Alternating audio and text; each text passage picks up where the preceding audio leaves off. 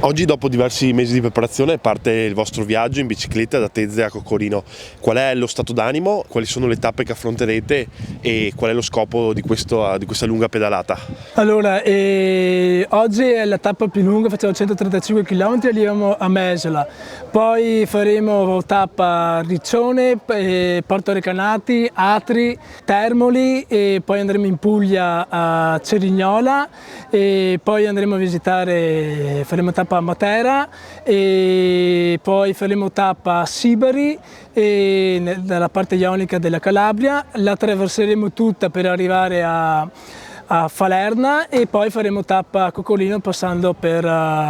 Tropea. Lo scopo principale di questo tour è quello di raccogliere fondi per il reparto di terapia intensiva pediatrica dell'ospedale di Padova e la raccolta fondi è già aperta ed è visibile sui canali social del nostro profilo. E il progetto è quello di raccogliere fondi per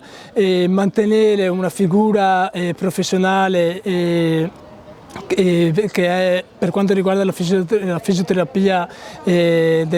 pediatrica per la riabilitazione per i bambini che stanno per mesi, per un lungo periodo a letto. Adesso un po' di preoccupazione c'è perché abbiamo circa 1200 km con più di 8000 metri di dislivello e ci siamo preparati, ovviamente sì, non è una gara, quindi la prendiamo con calma e speriamo nel tempo. Oggi il tempo è stato clemente perché le previsioni avevano messo pioggia, speriamo di non trovare troppo caldo soprattutto al sud e soprattutto nelle tappe più dure perché da Termoli fino a Coccorino, quindi le ultime 5 tappe sono le tappe più impegnative dove c'è il maggior dislivello. Siamo molto contenti perché c'è molta gente, è arrivato il sindaco, poi è arrivata anche Soraya Palladini, la vicecampionessa italiana di ciclismo a cronometro, che la settimana scorsa era a Tokyo con la nazionale italiana di ciclismo che hanno vinto la medaglia di bronzo con la Longo Borghini